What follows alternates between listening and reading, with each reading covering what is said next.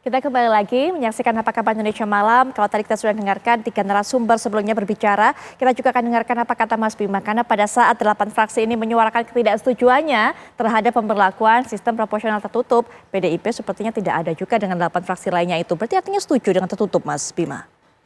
Jadi begini, apa yang disampaikan oleh Kang Saan, juga Mbak Titi tadi, itu adalah satu proses yang terus menjadi diskusi kita di setiap panja RUU pemilu.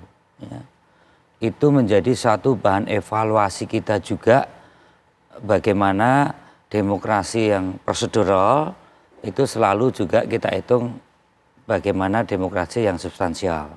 Bagaimana proses demokrasi yang prosedural dengan sistem yang terbuka itu berdampak pada aspek peningkatan juga kualitas kinerja Dewan, baik itu menyangkut legislasi, anggaran dan fungsi pengawasan dari pusat dan daerah. Satu hal yang penting lagi bahwa undang-undang pemilu juga tidak bisa dilepaskan dari undang-undang partai politik. Partai politik jelas, fungsi partai politik itu adalah sebagai rekrutmen kader, sosialisasi, pendidikan, artikulasi, agregasi yang kita sepakat bahwa kita berdemokrasi sejak reformasi itu pilarnya adalah penyelenggaranya adalah KPU, pesertanya adalah salah satu partai politik terkait dengan konstitusi kita. Dan kenapa undang-undang pemilu selalu kita adakan evaluasi di dalam pembahasan per 5 tahunan, karena kita mau ngelihat terus. Kan demokrasi kita yang kita laksanakan itu nggak ada yang paling perfect, nggak ada yang paling hebat, tapi selalu kita lihat antara kematangan masyarakat dan kematangan elit. Nah, menurut setiap kajian, kita melihat bahwa untuk melihat konstitusi kita akan jelas.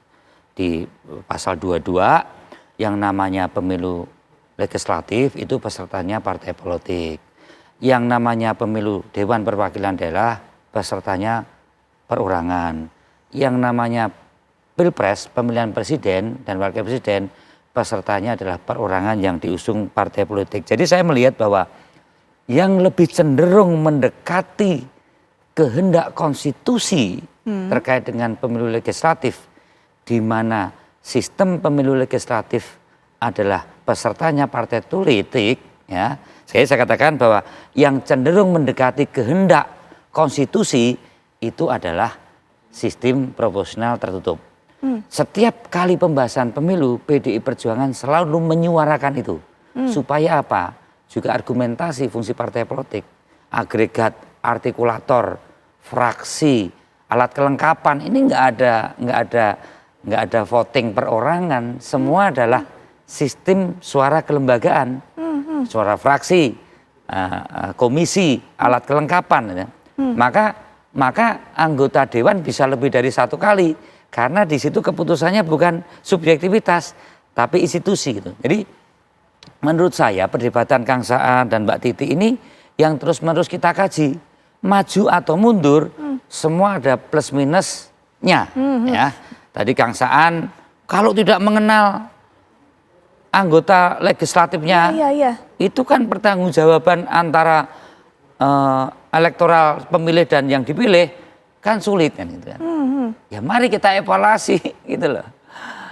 Pemilu legislatif diikuti oleh perorangan yang diusung partai politik misalnya. Tapi saya katakan bahwa kalau Mbak Titi dikatakan kewenangan MK, nah MK memang tugasnya itu melihat seluruh kinerja pembuatan undang-undang itu dengan kacamatanya konstitusi. Apakah sistem terbuka tertutup itu sesuai dengan konstitusi atau minimal yang paling mendekati dengan kehendak konstitusi itu lebih proporsional terbuka atau tertutup. Menurut saya itu menjadi kewenangan pengadilan terakhir dari seluruh apa yang dilakukan oleh DPR ini menyangkut pembuatan undang-undang itu Mahkamah Konstitusi. Nah, PDI Perjuangan siap-siap saja kita taat ke konstitusi. Kalau terbuka kita ikuti, kalau tertutup kita ikuti. Tidak ada suatu desain bahwa ini cara untuk PDI menang, enggak. Kita hanya ingin bagaimana pendidikan politik setiap kali pemilu itu ada peningkatan kualitas. Jangan sampai berulang kali kinerja DPR disoroti terus semakin buruk, tetapi kita tidak melihat sebenarnya by proses sebabnya ini apa. Baik, tahan di situ mungkin dulu Mas Bima. Mungkin Bang Saan juga bisa berikan tanggapan tadi apa yang dikatakan oleh Mas Bima, Bang Saan. Ya, tentu sekali lagi memang saya katakan bahwa yang namanya sistem pemilu itu kan nggak ada yang ideal. Tapi kan kita berusaha terus-menerus mencari sistem pemilu yang ideal, yang mencerminkan semangat dari kedaulatan rakyat. Nah, semangat kedaulatan rakyat itu di mana rakyat itu menjadi pelaku dalam proses politik ya. Jadi bukan hanya sebagai objek, bukan hanya seperti dimobilisasi, tapi juga rakyat harus diberi kesempatan untuk mendapatkan wakil-wakil yang terbaik lah dalam pandangan rakyat. Nah, tadi misalnya gini, kita sekali lagi kita sudah mencoba sistem pemilu yang tertutup, saya katakan. Kita udah coba nih ya berkali-kali dalam pemilu di masa Orde Baru. Dan kita sudah tahu titik kelemahan. Nah, ketika misalnya di proporsional terbuka ini ada kekurangan, ya mari kita cari kekurangannya di mana dan kita perbaiki. Misalnya kekurangan-kekurangan yang ada di sistem proporsional terbuka. Tidak kembali ke yang sudah kita jalankan.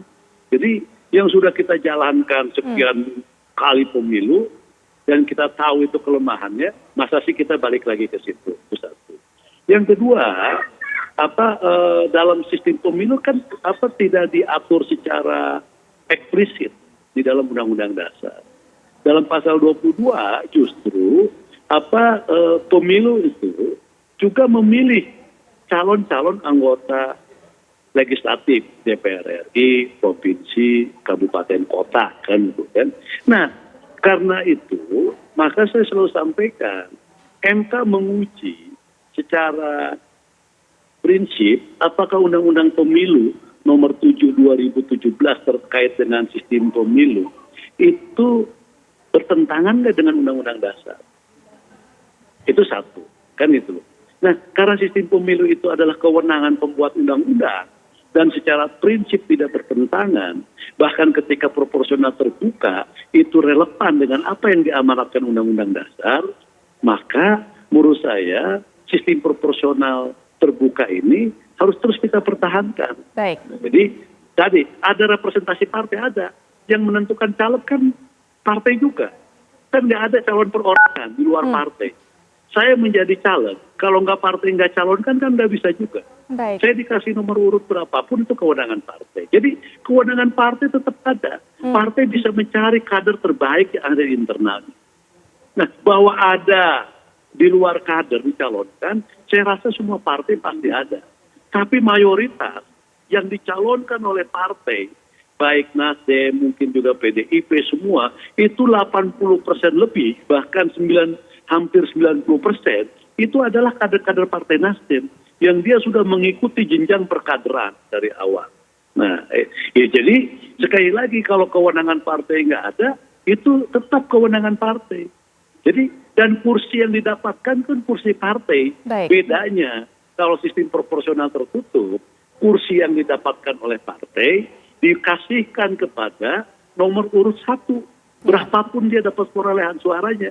Kalau proporsional terbuka, kursi yang didapat oleh partai diberikan kepada caleg yang suaranya secara internal dia lebih banyak dari caleg yang lainnya. Baik. Nomor berapapun dia. Jadi ada kompetisi, tapi rakyat juga diberi kesempatan di antara caleg di dapilnya di internal partai untuk carilah. Misalnya dapil 10. Nasdem dapil 7. Nasdem mencalonkan 10 partai, 10 caleg. Silahkan konstituen di Jabar 7 cari 10 caleg dari Nasdem itu dalam pandangan mereka yang dianggap baik. Baik Bang Saan, masih ada kewenangan dari partai politik tapi juga melibatkan masyarakat itu pada saat terbuka. Sementara tertutup masyarakat hanya sebagai objek, tapi nanti mungkin Mas Bima bisa berikan tanggapan. Sebelumnya Pak Idam Holik, karena sepertinya waktunya juga terbatas untuk bisa mengikuti perbincangan ini. Pak Idam Holik mungkin bisa diberikan informasi juga kepada masyarakat sejauh ini bagaimana kesiapan KPU, sejauh mana sudah persiapan berlangsung. Pada tanggal 29 Mei 2023, KPU mengikuti rapat konsultasi di DPR dalam rapat konsultasi tersebut, salah satu materinya adalah pembahasan berkenaan dengan rancangan PKPU mengenai surat suara. Surat suara yang ditampilkan atau yang diperlihatkan dalam rapat konsultasi di DPR itu sebagaimana yang termaktub di dalam pasal 342, ya, yang desainnya sama persis dengan surat suara pada pemilu serentak 2019 yang lalu untuk pemilu legislatif, karena memang pasal 168 ayat 2 itu sampai saat ini masih berlaku. Jadi saat ini kami ingin menegaskan bahwa dalam penyelenggaraan pemilu kami melaksanakan prinsip berkepastian hukum. Jadi kami tidak masuk dalam perdebatan ini. Jadi apa yang ada di dalam undang-undang pemilu itulah yang kami laksanakan saat ini. Dan kami saat ini tidak hanya merancang atau memfinalisasi peraturan berkaitan dengan desain surat suara, kami juga sebentar lagi akan mengajukan surat berkenaan dengan konsultasi mengenai rancangan peraturan KPU pemungutan dan penghitungan suara. Itu saja Mbak, makasih. Baik, Pak Idam Khalid, terima kasih sudah berkenan bergabung dengan perbincangan ini walaupun waktunya juga sangat singkat. Terima kasih sekali lagi informasinya. Nanti kita akan kembali lanjutkan perbincangan bersama Bang Saan, kemudian juga Mas Arya, Bima dan juga ada Mbak Titi. Tapi setelah jeda kami segera kembali saat lagi.